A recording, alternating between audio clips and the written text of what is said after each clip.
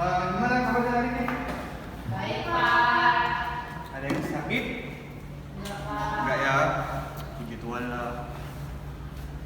Kepada ketua kelas harap dipimpin doanya.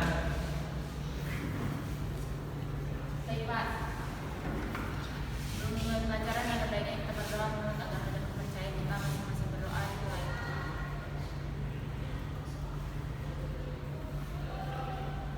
Berdoa selesai.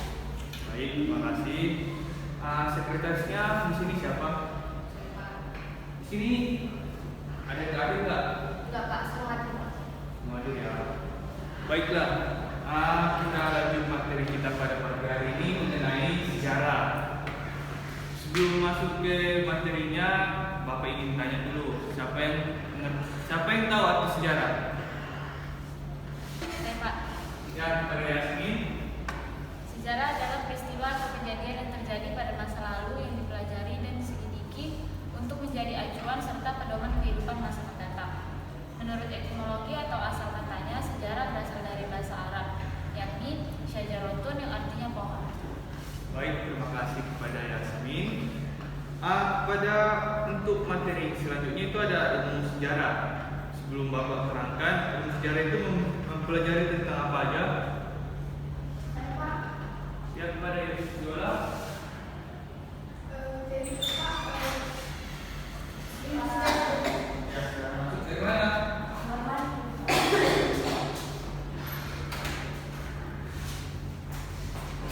Ya, lanjut. Jadi ilmu sejarah itu mempelajari tentang peristiwa masa lalu melalui artefak, manuskrip maupun peninggalan lainnya dari sejarah Indonesia. Dunia zaman kuno hingga modern. Ilmu sejarah tak hanya mengenal aspek budaya, namun juga ekonomi, geografi, sosial, politik, bahasa, agama, pariwisata, militer, bahkan teknologi, Pak. Sekian terima kasih, Pak. Baik, terima kasih. Jadi sejarah itu peristiwa atau kejadian yang terjadi pada masa lalu yang dipelajari dan diselidiki untuk menjadi acuan serta pedoman kehidupan masa yang akan datang. Untuk periodisasi sejarah Indonesia itu ada terbagi menjadi empat. Mungkin kita bisa melihatnya ada zaman prasejarah, zaman Islam, zaman Orde Lama, dan zaman Orde Baru. Pada zaman prasejarah ini ada nggak yang membacanya? Saya, Pak. Ya, kepada siapa? Jadi zaman prasejarah itu masa prakasara atau biasa disebut dengan masa prasejarah adalah masa kehidupan manusia sebelum penggunaan tulisan. Masa yang diperkirakan hidup pada masa praksara adalah manusia muda. Pada masa ini kita tidak dapat sejarah tentang budaya manusia melalui tulisan. Ya, baik. Jadi istilah prasejarah ini dapat berarti kurun waktu panjang yang bermula dari kejadian alam semesta atau penciptaan planet bumi, tapi lebih sering diartikan sebagai kurun waktu yang bermula sejak kemunculan makhluk hidup di planet bumi kita. Bahkan lebih khusus lagi diartikan sebagai kurun waktu yang bermula sejak kemunculan umat manusia. Nah, pada materi selanjutnya ini ada zaman Islam. Bapak baca sendiri aja ya. Zaman Islam ini, zaman kekayaan Islam adalah masa ketika para filsuf atau ilmuwan dan insinyur dari dunia Islam menghasilkan banyak kontribusi terhadap perkembangan teknologi dan kebudayaan, baik dengan menjaga tradisi yang telah ada ataupun dapat menambahkan penemuan dari inovasi mereka sendiri. Selanjutnya itu ada zaman Orde Lama. Pada siswa ada yang ingin bacanya? Saya, Pak. Yang kepada Yola? Zaman Orde Lama sekitar tahun 1959 sampai 1965 adalah masa ketika sistem demokrasi terpimpin sempat berjalan di Indonesia. Demokrasi terpimpin adalah sebuah sistem demokrasi yang keputusan serta pemilihan urusan para pemimpin yang dimana kala itu Presiden Soekarno. Baik, terima kasih. Jadi pada masa Orde Lama ini pada tahun 1959 sampai 1965 ini ada 4 pengelompokannya. Yang pertama sejarah Indonesia yang bermuncul pada 1945 sampai 1949. Ya, ini disebut dengan Revolusi Nasional. Kemudian Republik Indonesia Serikat pada tahun 1949 sampai 1950, dan ada lagi sejarah Indonesia, yaitu demokrasi liberal atau demokrasi parlementer. Ini terjadi pada tahun 1950 sampai 1959. Dan sejarah Indonesia pada Orde Lama ini itulah yang Yola sampaikan pada 1959 sampai 1965. Kemudian pada zaman Orde Baru ini, Orde Baru yang kita kenal dengan OPRA, adalah sebutan bagi masa pemerintahan Presiden Jenderal Soeharto di Indonesia. Orde Baru ini menggantikan Orde Lama yang merujuk kepada era pemerintahan Soekarno. Lahirnya Orde Baru ini diawali dengan dikeluarkannya Surat Perintah 11 Maret.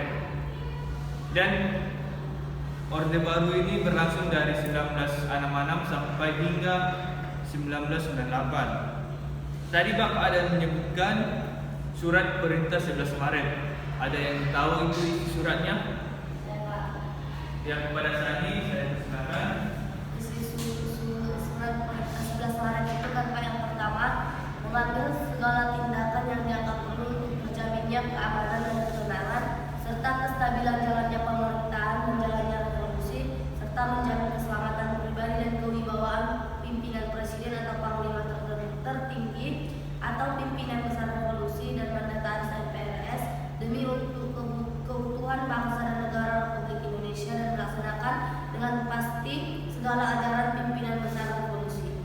Yang kedua itu mengadakan koordinasi pelaksanaan perintah dengan panglima-panglima angkatan lain dengan sebaik-baiknya.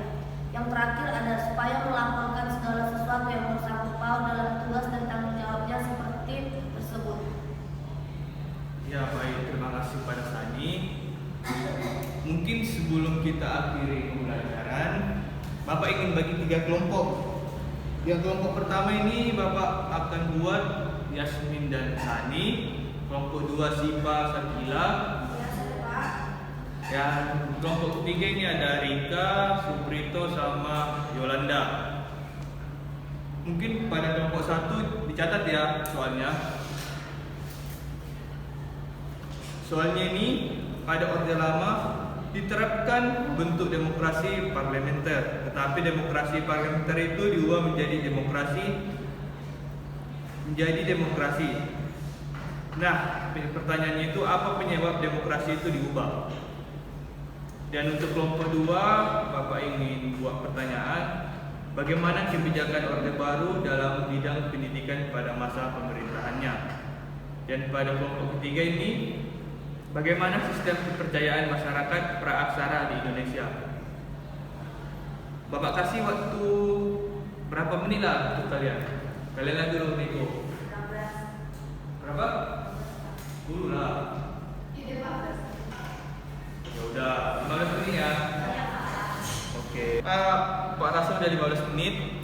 Mungkin pada kelompok 3 silakan maju duluan. Pada kelompok 3 ada Rika, Suprito, sama Yolanda. Mungkin perwakilan aja. Khusus semua maju lah, perwakilan.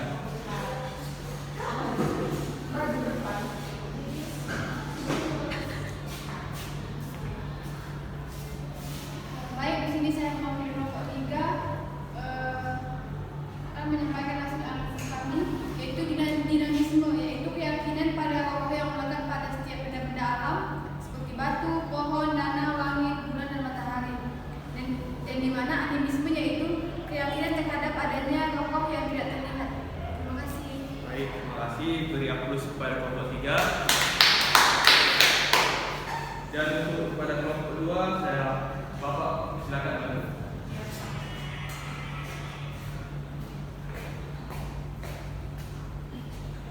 Selamat pagi semuanya, saya perwakilan dari kelompok 2 akan mempresentasikan hasil diskusi kami. Jadi hasil diskusi kami itu yaitu kebijakan Orde Baru dalam bidang pendidikan pada masa pemerintahannya adalah melaksanakan program wajib belajar 9 tahun untuk meningkatkan taraf pendidikan masyarakat. Selain itu, pemerintah juga memberikan dana pendidikan yang besar untuk memperluas akses pendidikan. Namun, kebijakan tersebut tidak cukup efektif karena masih banyak daerah yang tidak memiliki fasilitas pendidikan yang memadai. Sekian dari presentasi saya kembalikan Bapak. Terima kasih. Baik, terima kasih. Beri aplaus kepada kelompok 2. Dan untuk pada kelompok terakhir, kelompok 1 profilannya.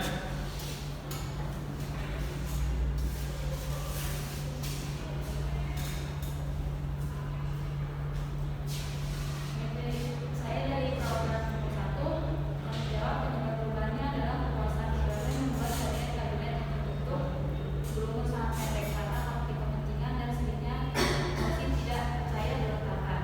Hal ini kurang baik bagi kehidupan ekonomi dan politik sehingga menghambat perkembangan bangsa dan diputuskan untuk diubah. Sekian, terima kasih. Baik, terima kasih dan beri ampun kepada kelompok 1. Nah, sebelum kita akhiri, Bapak ingin menyampaikan evaluasi atau kesimpulan kita pada pembelajaran pada pagi hari ini, yaitu jas merah. Ada yang tahu apa arti jas merah? Ya, kepada Yolanda. Jangan sekali-sekali melupakan sejarah. Ya, benar. Dan untuk mempelajari sejarah ini adalah merupakan aspek vital dalam berkembangnya suatu negara. Bukan hanya bertujuan untuk mengetahui kejadian atau peristiwa penting di masa lalu, tetapi juga mengajarkan berbagai bentuk pengalaman yang terjadi, sehingga pengalaman tersebut dapat memberikan suatu informasi yang dapat digunakan untuk menyelesaikan suatu masalah. Oleh karena itu, mempelajari sejarah sangatlah penting dalam perkembangan manusia itu sendiri. Mungkin itulah evaluasi kita pada pagi hari ini mengenai materi sejarah. Dan pada ketua kelas mohon dipimpin doanya agar kita pulang ke rumah masing-masing. Yang mengakhiri pelajaran ini ada bagian perkenalan dan mulai.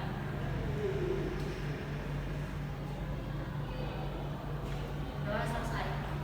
Baik, terima kasih kepada ketua kelas. Dan satu hal lagi, Bapak ingin ngasih penguatan kepada kalian. Jatuh 1 kali, bangkit 1000 kali. Jadikan setiap kegagalan yang kita hadapi sebagai sebuah pelajaran untuk menjadi lebih baik lagi. Sekian dan terima kasih. Selamat pagi. Bye.